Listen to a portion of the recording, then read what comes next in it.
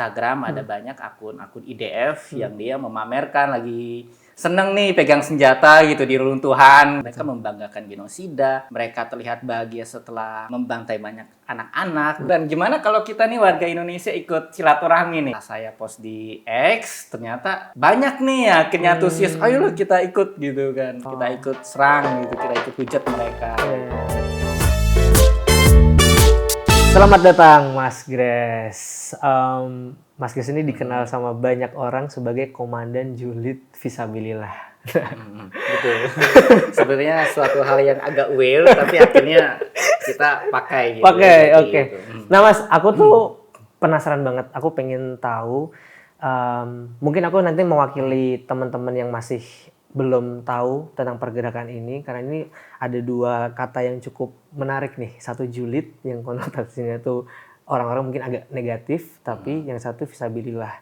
Nah ini tuh sebenarnya tuh apa dan siapa yang memulai dan tujuannya apa sih gitu. Makanya aku pengen tahu, karena terakhir aku dikasih tahu juga sampai akun X-nya Mas Gres itu ke-ban ya Mas ya? Kena suspend. Yang dari 300.000 followers sekarang harus memulai lagi dari awal. Nah, mungkin aku pengen tahu dulu buat teman-teman followersku ataupun subscribersku yang belum tahu Mas Gres, mungkin Mas Gres itu gimana sih awalnya memulai pergerakan ini gitu, dan kenapa ini tuh harus ada gitu. Ya, sebenarnya ini suatu hal yang masih sangat baru buat kita ya, karena perjuangan kita untuk membela Palestina itu sudah kita lakukan dengan berbagai cara. Salah satunya kita memberikan donasi, kita juga memberikan berbagai tekanan diplomatik begitu. Dan memang setelah terjadi serangan Hamas di tanggal 7 Oktober itu banyak sekali respon negatif gitu ya. Banyak sekali respon-respon yang dari seluruh penjuru dunia begitu, yang memang akhirnya menjadikan narasi Palestina naik lagi gitu. Narasi naik lagi, kemudian setelah di 7 Oktober sebulan kemudian itu terjadi pula invasi Israel ke jalur Gaza. Di situ kita bisa lihat di Instagram ada banyak akun-akun IDF yang dia memamerkan lagi seneng nih pegang senjata gitu di reruntuhan gitu kan. Jadi mereka membanggakan bahwa mereka ini sebenarnya apa gitu ya. Mereka membanggakan suatu hal yang sebenarnya sangat buruk. Gitu. Mereka membanggakan genosida, mereka terlihat bahagia setelah membantai banyak anak-anak begitu, dan mereka memamerkan itu di Instagram gitu. Dan saat saya lihat kolom komentar kok masih sepi ya gitu ya. Iya. Gitu kan. Kolom komentarnya mereka. Kolom komentar mereka kok masih sepi gitu ya. Padahal mereka bangga banget nih gitu. Terus saya kepikiran gimana kalau kita nih warga Indonesia ikut silaturahmi nih ke akun mereka gitu. Pas saya post di X, ternyata banyak nih ya akhirnya antusias, ayo lo kita ikut gitu kan. Kita ikut serang gitu, kita ikut hujat mereka gitu. Dan akhirnya banyak di antara mereka ya akhirnya private account gitu kan. Terus akhirnya ada yang kena mental gitu. Aduh, ini orang Indonesia nih tiap hari kena teror mulu gitu kan. Emang bener-bener setiap hari mengunjungi sosial media mereka terus menghujat itu tuh literally setiap hari? Iya, setiap hari. Dan itu Mas akomodir tuh setiap hari? Atau Mas sekali ngakomodir di awal tadi, terus habis itu mereka dengan sendirinya melakukan itu terus gitu? Itu juga salah satunya. Jadi ada dua. Jadi setelah saya share waktu itu di akun X, ternyata banyak juga gitu yang ngasih akun list gitu kan. Kan orang Indonesia cepet ya biasanya ya. Dikasih satu akun IDF, yang lain akhirnya banyak juga ngasih kayak yang ini gitu kan. Oh berarti Mas follower Mas yang bantuin tuh? Iya gitu kan. Dan akhirnya waktu itu sering tuh pas pagi kita akomodir gitu kan akun-akunnya, terus malam saya rapin. Jadi ini target-target kita gitu. Wow, oke. Berarti awalnya itu hanya bentuknya itu respon terhadap kelakuan mereka di sosial media yang menurut Mas kayak lu tuh habis genosida tapi malah lu posting dengan bangganya. Itu berarti kan Mas ngerespon kelakuan mereka kan sebenarnya kan. Betul. Tapi bermula dari respon itu malah sekarang jadi pergerakan yang sangat berkelanjutan luas gitu. Bukan hanya IDF aja yang jadi target serangan kita, kemudian kita melebar juga ke akun propaganda, kemudian juga ke akun-akun pejabat. Oh iya? Pejabat mereka tapi? Pejabat Israel. Oke. Jadi memang hacker kita berhasil nge-hack dan mengambil informasi pribadi Hah? pejabat mereka, salah satunya nomor WhatsApp mereka, gitu kan. Serius? Nomor WhatsApp pribadi mereka, menteri-menterinya, gitu kan. Hacker kita itu kita tim Mas atau Kita orang follower? Indonesia, Orang Indonesia gitu. Cuman kita belum tahu siapa karena kan anonim gitu ya, pastinya anonim lah gitu. Disebarin, dikasih tahu ke kita, gitu kan. Kita yang gerak, gitu kan. Jadi ada tuh sempat masuk berita internasional juga bahwa Oh ya? banyak pejabat-pejabat Israel yang mengeluhkan gitu kan, WhatsApp mereka penuh kena teror. Astaga, dan Karena itu kelakuan kita. orang Indonesia. Orang Indonesia. Ada beritanya di RT Internasional sama ada lagi berita Israel dia. Ada. Berarti ini jadi perhatian dunia dong. Jadi perhatian dunia memang Pergerakan bahkan sangat Indonesia serius gitu. Wow. Terus gimana? So far Mas lihat pandangan dunia nih terhadap pergerakan Indonesia yang kayak gini, itu mereka apa? Lebih ke positif atau negatif? Atau gini deh, yang pro mereka komentarnya seperti apa, yang kontra gimana tuh? Kalau yang saya lihat memang lebih banyak yang pro. Gitu. Lebih banyak yang pro? Lebih banyak yang pro. Bahkan banyak negara-negara lain yang kayaknya pengen join juga gitu. Makanya kita kemarin sudah ini kan ada dari Malaysia ikutan, kemudian dari Turki juga, kemudian dari Mesir gitu kan ada juga yang pengen ikutan gitu. Jadi kita yang awalnya julid fisabilillah dari Indonesia akhirnya bisa merambah jadi gerakan internasional gitu. Wow. Jadi United Front Against Zionism. Gitu. Tapi sebelum ke situ mungkin ini pertanyaan agak sedikit ini receh lah. Yang ngasih nama julid fisabilillah siapa sih Mas? Kenapa julid fisabilillah gitu? Sebenarnya awalnya lebih natural aja gitu kan, karena kan kita kenal istilah jihad fisabilillah kan, gitu berjuang jihad di jalan Allah. Nah sekarang diplesetkan tuh jihad kan julid kan nggak terlalu jauh beda kan ejaannya gitu, jadi julid fisabilillah gitu. Yang bikin siapa itu? Anonim, jadi natural aja tiba-tiba ada istilah kayak gitu tiba-tiba. Bukan aku juga yang bikin semuanya, tiba-tiba kok ada yang namanya istilahnya ya julid fisabilillah. Jadi kayak tadi berarti emang hebatnya sosial media itu gitu ya, Mas menginisiasi sesuatu yang menyempurnakan tuh netizen ngasih namanya gitu. Ngasih nama, ngasih list orang-orangnya, terus ini nih serang ini, itu serang ini, itu tuh semuanya tuh nggak perlu semua Mas yang betul. Ini tapi netizen sendiri yang akhirnya itu gitu ya. Terus yang akhirnya mengusulkan Mas jadi komandan julid fisabilillah itu siapa Mas? Kebetulan waktu itu ada namanya Mas Azam, dia salah satu memang aktivis Palestina juga yang memang sangat sering mentranslate berita-berita dari Palestina ke bahasa Indonesia. Jadi beliau yang memang salah satu penggagasnya gitu. Udah nih angkat aja kita nih Grace sebagai komandan gitu kan.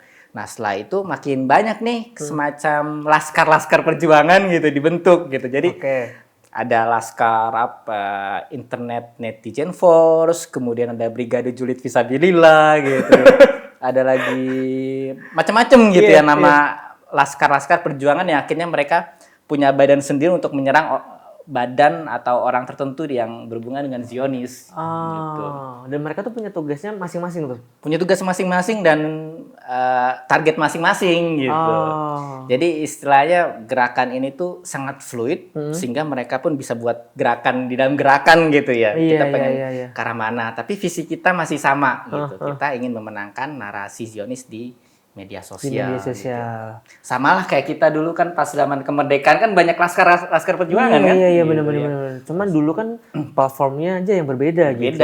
Dalam medium yang berbeda ya. Dan kayaknya juga dulu yang pergerakan dalam untuk menyebarkan informasi seperti ini ya pergerakan kaum muda juga kan. Kalau zaman dulu kan. Kayak sekarang ya kita ya kaum muda ya yang bisa kita lakukan ya ini gitu.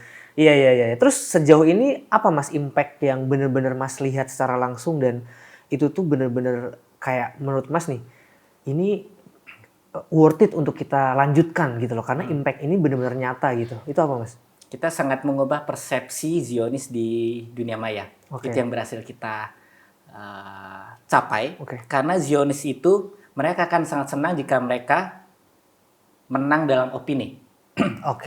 Dan kita berusaha agar hal tersebut tidak terjadi gitu. Itu dengan memenangkan narasi Palestina di media sosial. Oke. Dan kita di X memang sangat mendominasi kita pro Palestina.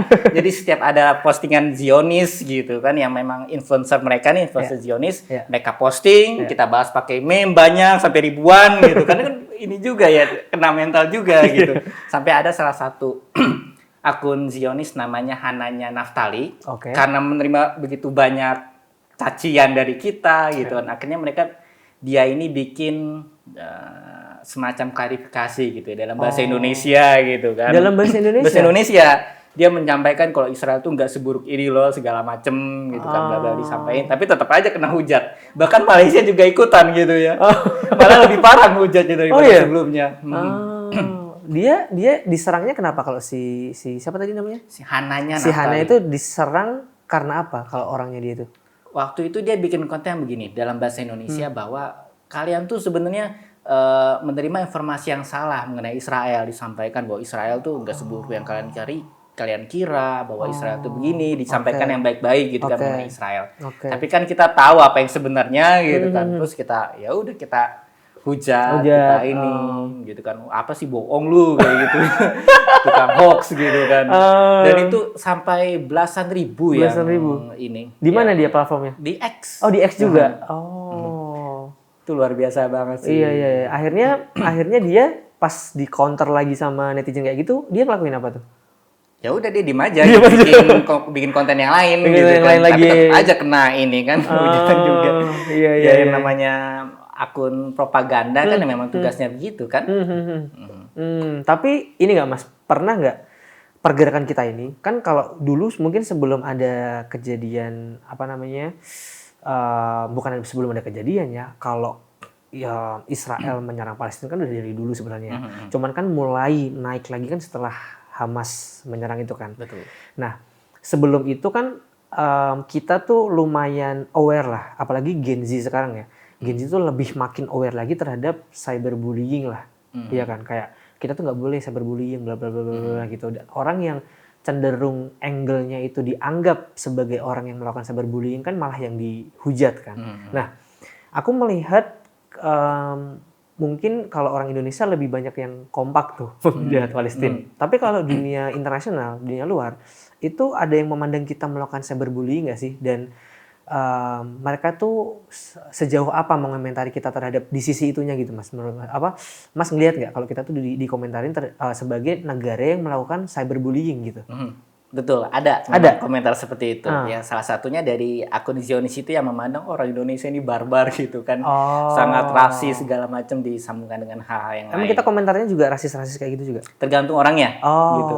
Karena memang yang namanya julid fisabilillah kan kita perlu semacam guideline gitu ya. Kita punya tujuan, kita punya visi, punya misi, punya juga kode etik lah istilahnya agar kita perjuangan ini nggak menjadi bumerang buat kita, gitu. Nggak jadi senjata makan tuan. Ya, betul. Salah satunya adalah kita nggak membawa narasi antisemit. Jadi di mana misal kita bikin meme soal Hitler, terus ada Holocaust, itu kita nggak boleh. Waduh, iya sih. Kalau itu offset nggak sih? Itu sangat offset dan waktu itu sempat ada yang seperti itu. Jadi makanya kita agar nggak jadi senjata makan tuan buat kita, akhirnya saya tegur anggota julid yang seperti itu. Oke. Terus yang kedua salah satunya seperti ancaman pemerkosaan. Itu ada juga dari kita yang seperti itu. Lewat email teror. Ancaman seperti itu kan agak offside juga ya istilahnya ya. Kurang. Bahkan itu malah jadi gerakan julid ini menjadi yang sifatnya teror gitu. Ya. Benar-benar teror yang sangat di luar batas gitu. Padahal kan intinya kita ini ingin memenangkan narasi loh. Betul. Caranya bisa dengan trolling yang kita ngatain bohong lu gitu kan. Itu kan bisa bikin mental mereka down atau kita juga memainkan dengan cara menampilkan fakta-fakta yang sebenarnya terjadi gitu ya. Jadi kita berusaha untuk memenangkan itu gitu.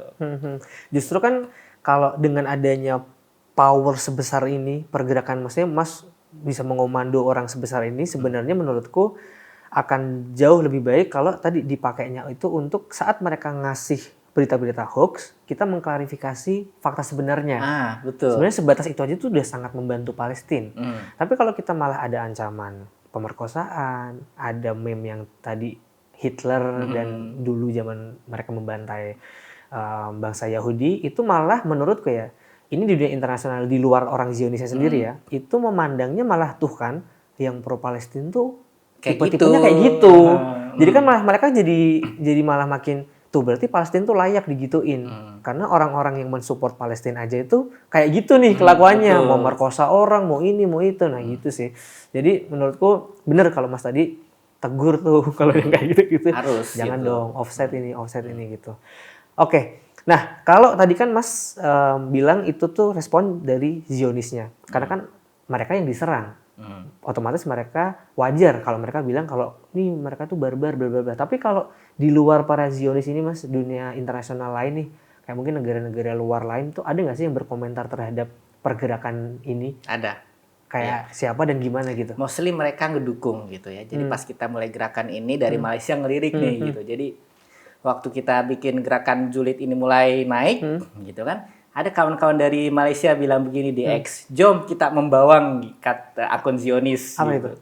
Maksudnya yuk kita ikutan untuk ngejulit gitu di akun Zionis. Jadi di istilah mereka itu namanya membawang gitu. Oh, membawa. Gitu kan dari istilah kalau misal ngejulit itu kan sambil motong bawang gitu ya. Makanya istilahnya membawang dalam bahasa Malaysia gitu. Oh gitu. Oh tapi kalau tadi konteksnya yang tadi aku sampaikan, konsnya itu ada nggak Mas yang maksudnya mereka tuh mengomentari cyberbullying-nya gitu loh. Jangan gitu dong, ini cyberbullying gitu. Jadi bukan Zionis tapi mereka tuh malah membela Zionis karena mereka menganggap kita tuh melakukan cyberbullying gitu loh. Sebenarnya enggak sih. Nggak ada ya? Enggak ada. Justru malah mendukung gitu kebanyakan gitu.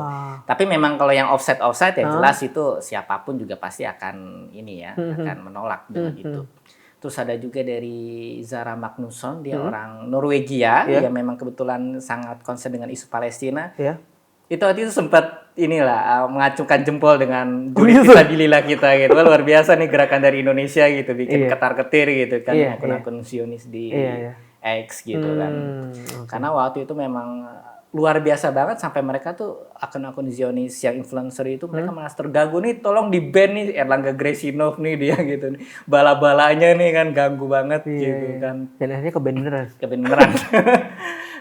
Kebennya ini lagi tiba-tiba di follow berapa Mas? Berapa ribu orang? 15.000 bot lah. 15.000 bot dalam satu hari nge-follow, terus hari itu juga? Hari itu juga langsung kena. Berarti emang itu mah udah pasti mungkin hacker mereka kali ya? Justru setelah kita tracking sebenarnya itu dari kita serangannya. Lah, gimana sih? Orang Indonesia orang sendiri? Indonesia yang nyerang kita gitu. Loh gimana sih?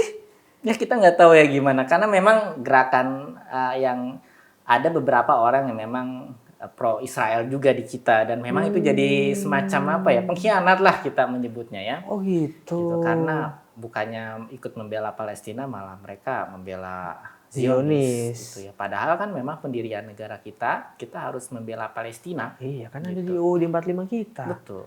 Penjajahan di atas dunia harus dihapuskan. Iya kan? Nah, berarti ya dia bukan orang Indonesia sih harusnya. Makanya kayak wow gitu, pada awal-awal serangan dikira wah ini serangan dari Israel nih. Iya, gitu. aku tadi ngira juga gitu loh Mas. Gitu. Ternyata malah orang Indonesia. Malah orang Indonesia yang. Tapi itu valid Mas, nge-tracking. Iya, itu dari hacker. Kita juga punya tim hacker juga yang waktu itu saya sempat ini juga ya laporan. Ini gimana nih akun saya gitu kan. Terus pas di tracking, wah ini serangannya dari Indonesia Mas gitu. Waduh. Gitu. Wah, iya. Tapi mungkin ya orang Indonesia tadi mungkin dari orang Indonesia yang diserang sama julid fisabilillah juga kali Mas. Kan tadi kan katanya kan kita nyerang akun-akun propaganda juga ya. Nah itu akun propaganda akun Indonesia juga diserang nggak? Kalau akun propaganda Indonesia kita nyebutnya Zionis Pesek. Nah, kan kan ada Zionis Pesek tuh. Pesek. Entah itu secara personal dia benar-benar mengakui bahwa dia itu orang Indonesia dan dia itu membela Zionis, kan ada tuh yang benar-benar berani nunjukin nih aku bela apa gitu. Atau juga akun anonim atau akun media gitu loh Mas. Akun media hoax gitu loh. Nah, itu juga kalian serang tuh. Sebenarnya lebih banyak yang Zionis Pesek itu anonim dia, sekitar 95% lah. Dan waktu itu memang kita nggak menargetin mereka gitu. Awalnya gitu. Karena saya pikir buat apa sih malah kita berantem sama saudara kita sendiri, biarin aja lah gitu. Ini kan bukan, jangan sampai ini jadi penghalang kita. Justru target kita malah lebih besar, kita nge-spam pejabat mereka gitu kan. Jadi buat apa sih ngurusin Zionis Pesek buat saya pikir awal. Tapi ternyata itu malah yang jadi ancaman paling besar Paling gitu ya. besar. Oh tapi Mas sempat nyerang dulu nggak? Maksudnya ini teman-teman juri visabilillah sempat menghujat mereka dulu nggak? Waktu itu saya bilang kalau untuk menghadapi Zionis SpaceX ini kita cukup report aja akunnya, nggak usah terlalu banyak ini gitu ya, karena mereka juga kayak istilah kayak nyampah banget gitu loh, kayak buat apa sih kayak diladenin banget kayak gitu kan. Iya. Walaupun beberapa kali kita sekali dua kali ngeladenin, habis itu ya udah gitu, lebih ke situ aja dia. Nah mungkin kalau asumsiku mereka ini nih yang nge-ban. Yang nge-report akunnya Mas Grace mereka ini nih. Tapi memang dapat juga laporan dari teman-teman Juli juga bahwa ada memang akun influencer, kita bilangnya bukan influencer ya. Akun Hasbara yang memang mereka punya misi untuk mempromosikan Israel di Indonesia, ya mereka melakukan itu. Nama-namanya sudah ada, cuman kita nggak bisa sebut di sini gitu kan. Dan kita masih influencer gede. Bukan influencer gede sih, semacam orang Hasbara yang mereka memang suka mempromosikan soal Israel. Oh, tapi ada nggak Mas yang Mas tahu sendiri nih, benar-benar ngelihat sendiri akun-akun public figure yang mereka terang-terangan mempromosikan ataupun membela Israel itu sendiri? Kalau saat ini di Indonesia ya ada sih, tapi mungkin ada laporan bahwa beberapa caleg gitu ya dia menyukai postingan di Instagram waktu itu yang kayak tulisan stand with Israel terus di-like gitu yang kan waktu postingannya, itu. jadi sempat rame tahu, gitu kan. Tahu. Jadi dianggap wah ini pro Israel nih gitu kan. Akhirnya ya udah kita bikin gerakan, kita nggak usah lah dukung caleg-caleg yang seperti itu gitu kan. Karena mau mewakili suara siapa gitu kan. Kan harusnya caleg itu mewakili suara rakyat. Kalau misal dia tidak mewakili suara kita, ya buat apa dipilih? Iya. Kan gitu. Benar.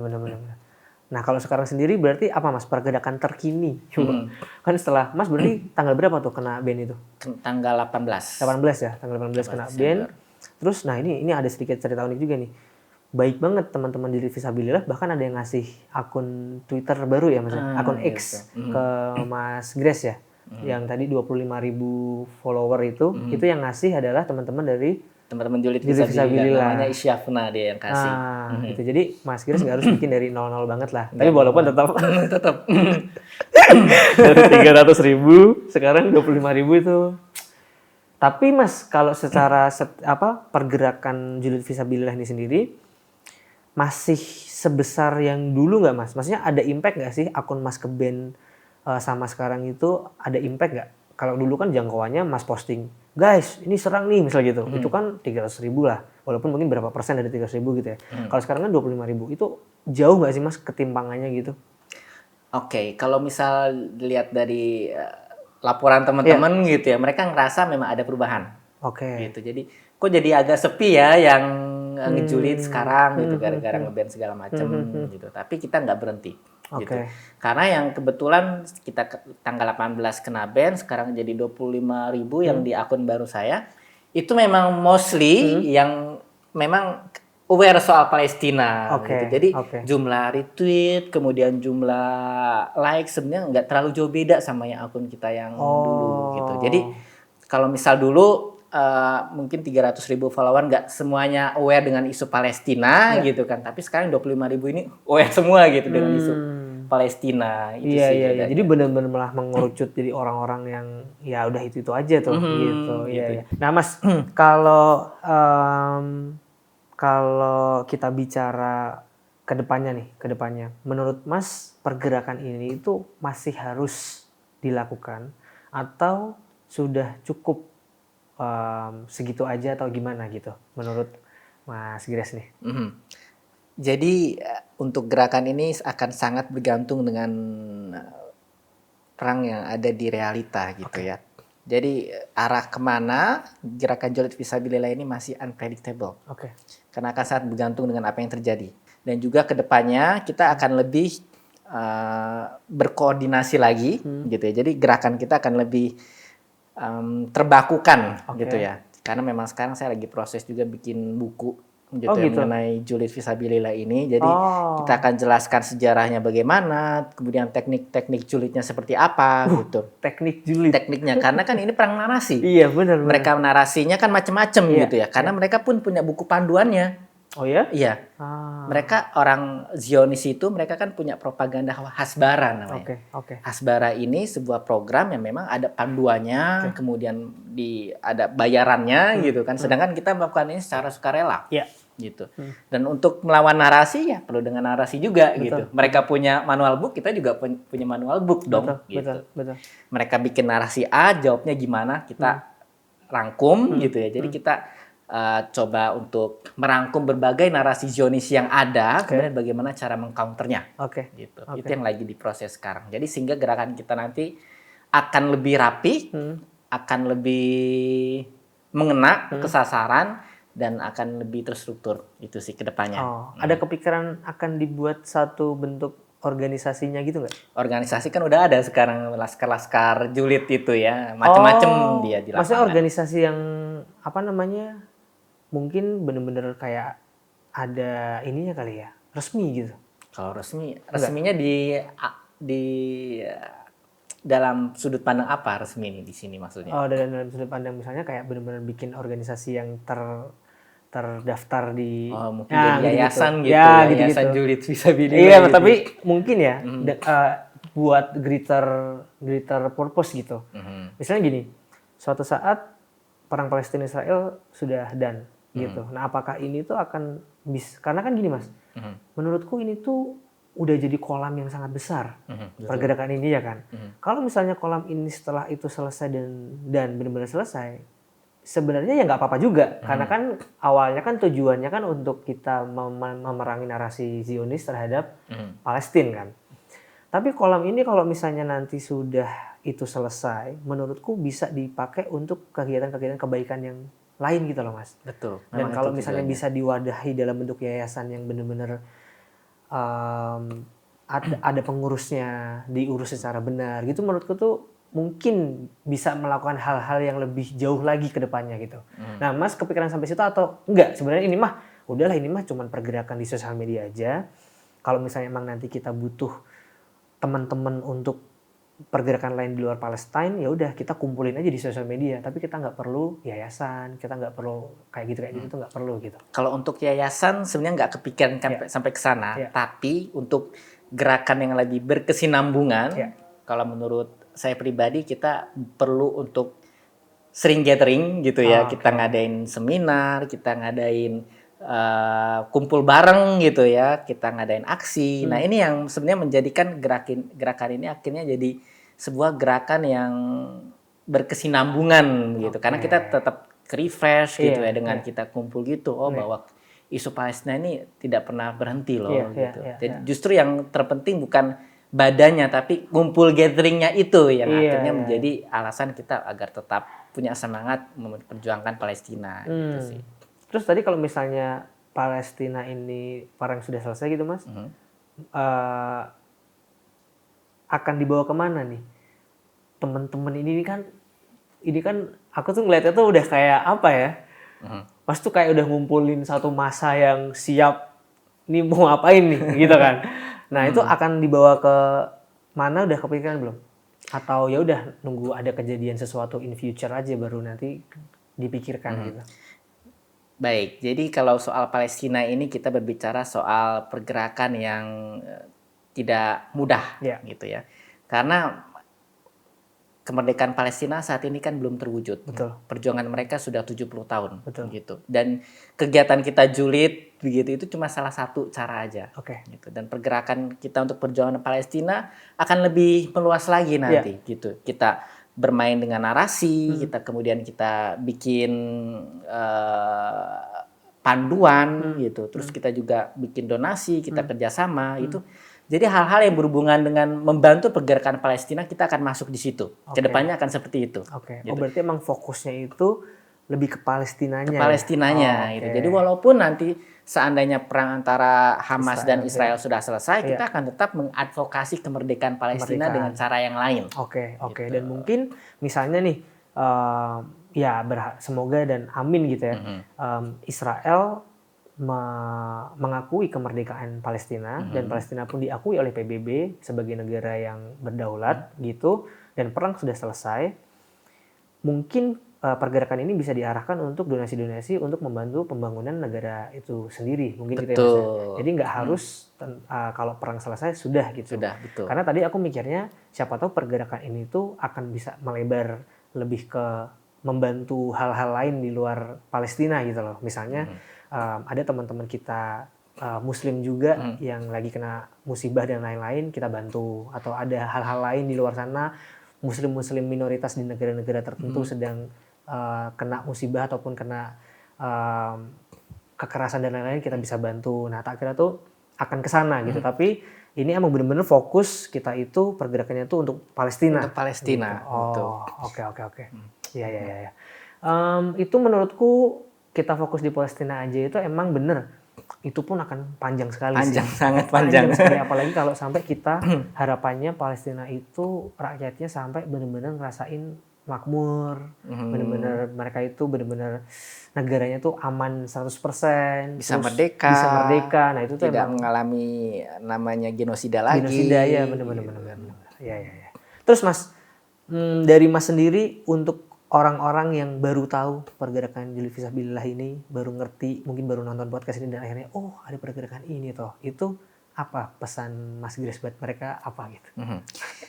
Ya, jadi kalau kita pengen memperjuangkan sesuatu akan lebih baik kalau kita melakukannya bersama-sama gitu ya.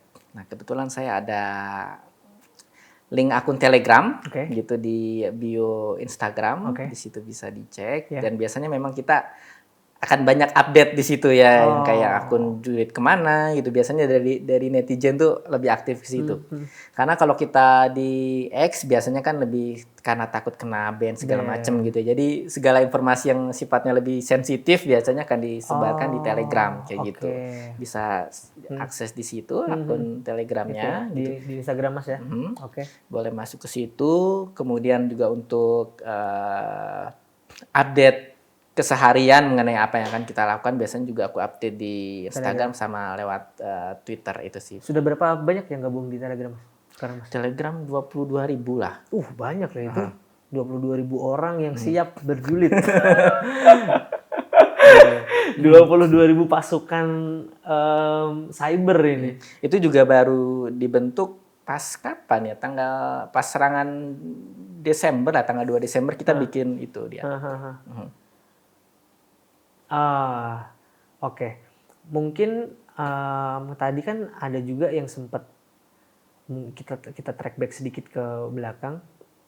Ini juga ngefek ya. Ini nyambung ke teman-teman yang nanti sudah bergabung. Mungkin ada dari podcast ini mungkin ada teman-teman yang bergabung.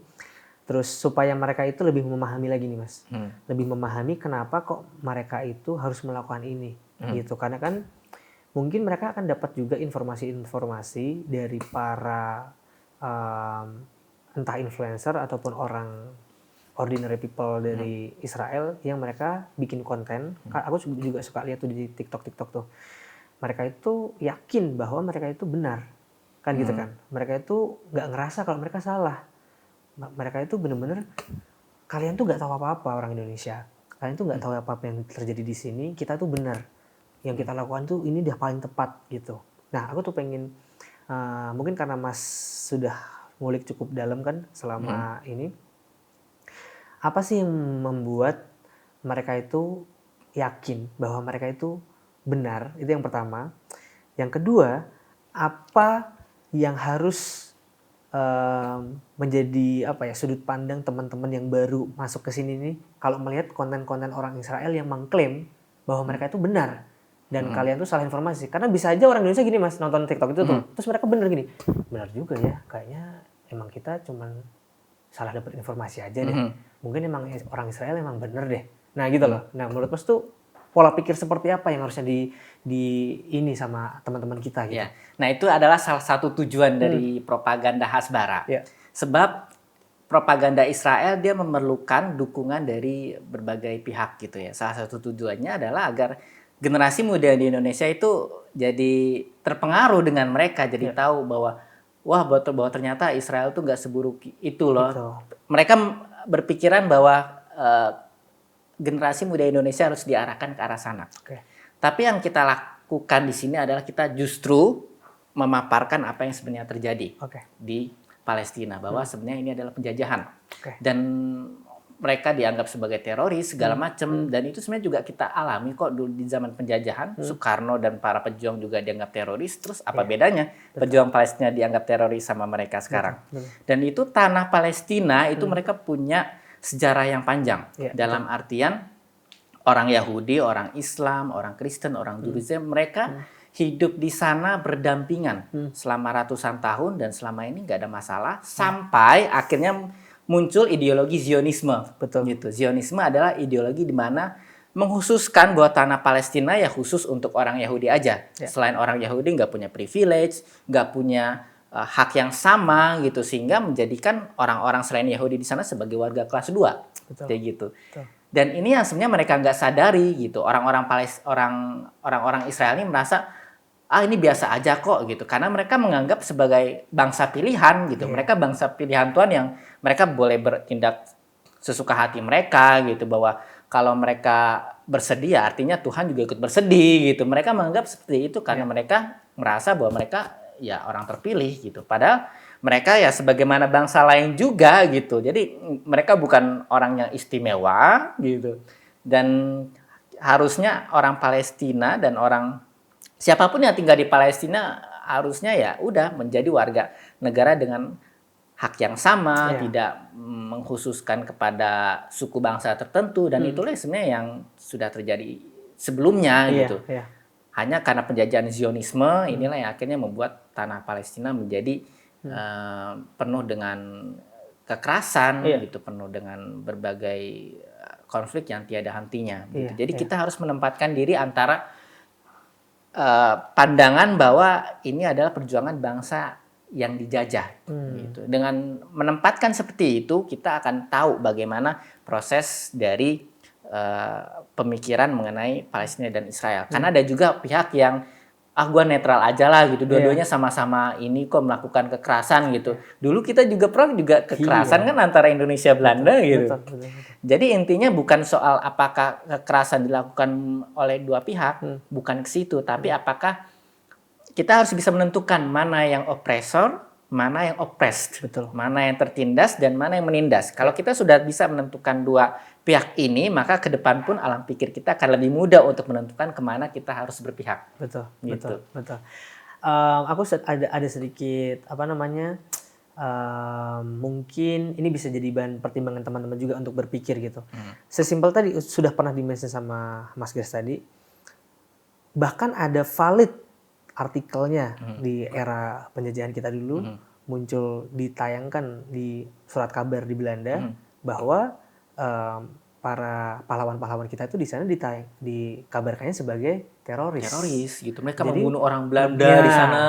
Pergerakannya itu dianggapnya teroris. Jadi ya gimana, kan itu kan siapa yang megang kontrol media, dia yang bisa membangun narasi. Betul. Dia yang bisa membangun siapa yang baik, siapa yang buruk gitu. Jadi teman-teman bayangin aja kalau misalnya teman-teman sekarang itu menganggap bahwa Palestina itu teroris, berarti harusnya kita sekarang tidak layak merdeka. Karena kalau kita sekarang merdeka, berarti kita tuh merdeka atas dasar terorisme. Betul. Iya dong. Betul banget. Berarti kita merdeka atas dasar terorisme. Atas dasar kita itu teroris yang menang perang. Dan kita sekarang menduduki Indonesia. Dan Belanda adalah korban dari kita. Betul. Nah, sekarang teman-teman mau nggak seperti itu? Menganggap diri kalian, kakek nenek kita dulu itu adalah teroris. Dan kita sekarang menduduki negara karena kita teroris dan kita mengusir Belanda, itu Belanda adalah korban dari terorisme kakek nenek kita. Gitu loh. Kan lucu gitu ya, jadi kayak gitu. Karena gini, mereka itu mau menganggap Palestina teroris karena bukan mereka yang mengalami, Mas. Ngerti nggak maksudku? Teman-teman orang Indonesia ini itu mau itu Palestina itu teroris karena mereka nggak mengalami. Coba kalau mereka itu jadi Palestina, kayak kita dulu jadi kita yang dijajah, otomatis kita pasti nggak mau kayak gitu loh. Jadi itu sih mungkin karena aku ngobrol kayak gini ke beberapa temanku yang awalnya itu netral, Mas. Awalnya netral, bukan pro Palestina Israel sih. Setelah aku ngobrol kayak gitu, mereka jadi kayak iya juga ya gitu. Kita dulu juga tuh gitu loh. Gitu, dan kita dulu juga pun dianggap sebagai radikal. Betul, radikal. Iya, Bahkan kan? kalau misal kita lihat sejarah kita ada namanya masa bersiap. Betul. Nah, masa bersiap itu kan orang-orang Belanda diteror gitu kan, bahkan ada juga yang sampai dibunuh gitu kan. Itu kan memang huru-hara kemerdekaan kan sangat apa ya? Sangat kental dengan hal-hal seperti itu, tapi tidak menampilkan bahwa kita berhak merdeka gitu. Betul, betul. Dan misalnya nih ada yang bangun narasi Hamas itu secara gerilya tiba-tiba ngebunuh-bunuhin tentara-tentara Israel gitu-gitu lah. Dulu Pangeran Diponegoro kan terkenal banget perangnya, perang gerilya. Perang gerilya yang benar-benar senyap. Mereka cuma bisa bergerak di momen-momen tertentu saat tentara Belanda tidak siap, kan gitu kan. Kalau misalnya nggak gitu kan kita kan kalah senjata, kalah jumlah, kalah tentara, kalah teknologi. Sama kayak Palestina sama Israel. Kalau mereka tidak melakukan hal-hal kayak gitu, mau perang face to face gitu, ya kalah dong. Israel punya tank, punya ini, punya itu, Palestina nggak punya, terus malah disuruh perang yang fair dong. Hadap-hadapan. Ya nggak bisa, kan harus pakai taktik namanya perang. Perang itu kan soal tipu daya. Iya makanya, apalagi buat di sisi yang mereka tidak punya senjata lebih banyak, tidak punya teknologi lebih banyak, ya pasti mereka harus melakukan taktik-taktik kayak gitu. Dan dulu kan Pangeran Diponegoro pun melakukan seperti itu gitu. Dan dianggapnya juga itu radikal, teroris dan lain-lain gitu. Oke, semoga itu bisa menambah wawasan teman-teman. Tadi Mas kayak oh ya kalau misalnya jangan-jangan Israel bener nih gitu. Nah sekarang aku mau geser ke arah ini Mas. Kan sekarang kan nggak sekarang sih, tapi sudah masih terus berjalan bahwa terjadi pergerakan boikot produk-produk brand yang pro Israel. Nah itu menurut pendapat Mas Grace seperti apa? Ya, kita ada gerakan BDS namanya, boikot, divestasi dan sanksi, di mana kita menyasar beberapa produk atau perusahaan yang memang berafiliasi dengan Israel. Dan ini sebenarnya banyak kategorinya gitu. Ada perusahaan yang memang secara langsung terlibat di genosida Gaza, ada yang terlibat tidak langsung. Kemudian ada yang kita berusaha untuk menekan agar mereka tidak terlibat di situ. Jadi sebenarnya tipe-tipenya banyak gitu. Jadi kalau teman-teman perhatikan gerakan BDS, itu sebenarnya setiap perusahaan itu dikategorikan di tempat-tempat tertentu ya, tipe-tipe tertentu yang mana kita harus punya kebijakan, punya pilihan bagaimana kita harus melakukan boikot. Jadi nggak sembarang boikot. Jadi di sini kita memilih perusahaan-perusahaan tertentu untuk diboikot agar efeknya itu lebih meluas. Kayak gitu. Dan memang untuk soal boikot kita perlu melakukan ini secara sistematis ke perusahaan-perusahaan yang sudah ditunjuk itu di BDS itu agar efeknya memang lebih meluas gitu.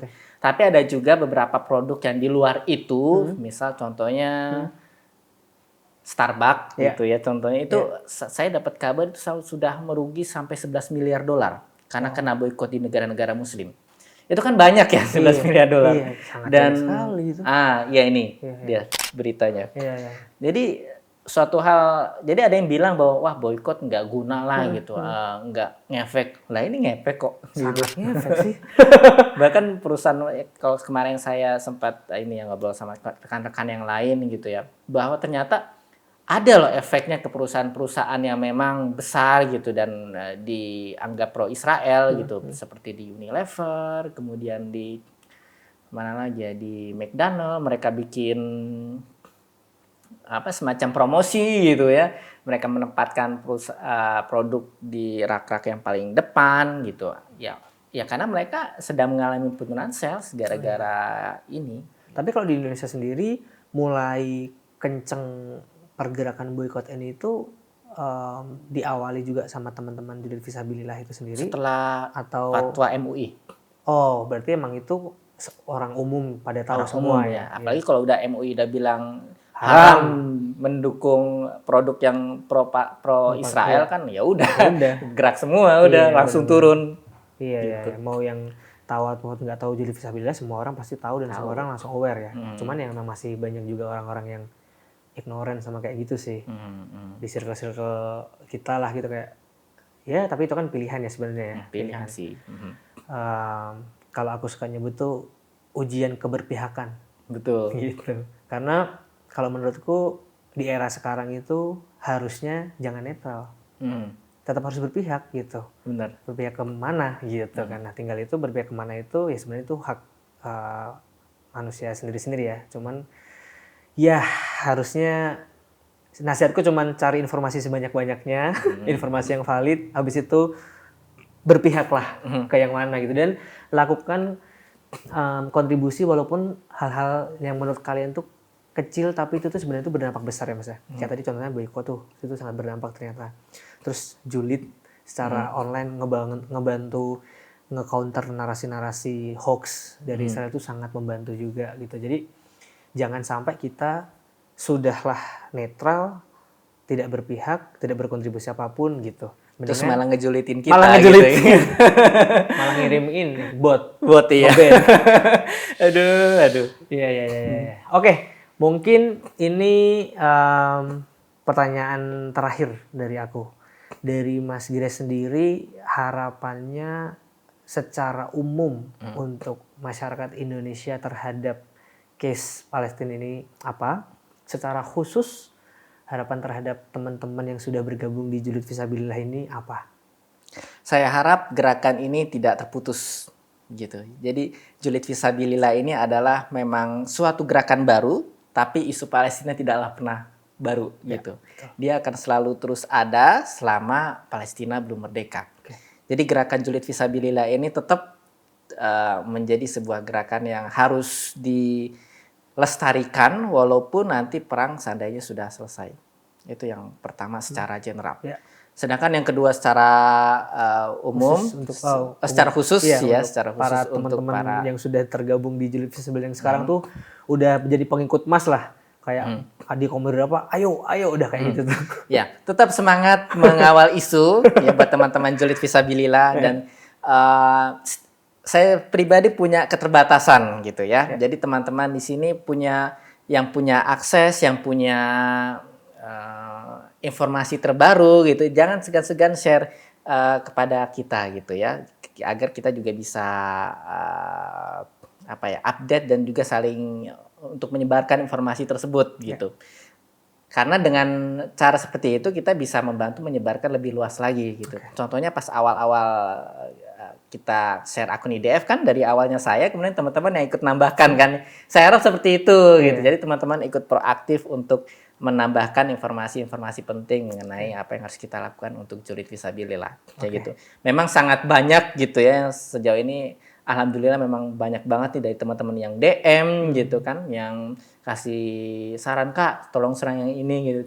Nah cuman karena keterbatasan lagi gitu ya, akhirnya nggak semuanya kebaca juga gitu. Jadi memang beberapa yang sepertinya wah kayaknya bisa nih, ini akhirnya kita proses di situ dan memang akan sangat baik jika kita diskusi di kolom komentar gitu ya, sama di grup Telegram sih gitu. Grup Telegram, kemudian kalau ada isu baru ya itu kita tetap bantu untuk sounding kayak gitu sih paling. Oke, makasih banyak Mas Gires sudah datang. Semoga semua yang sedang diupayakan benar-benar diistiqomahkan. Amin. Dan tetap diluruskan niatnya. Amin. Niatnya, Mas. Amin. Makasih banyak Mas. Makasih. Ya.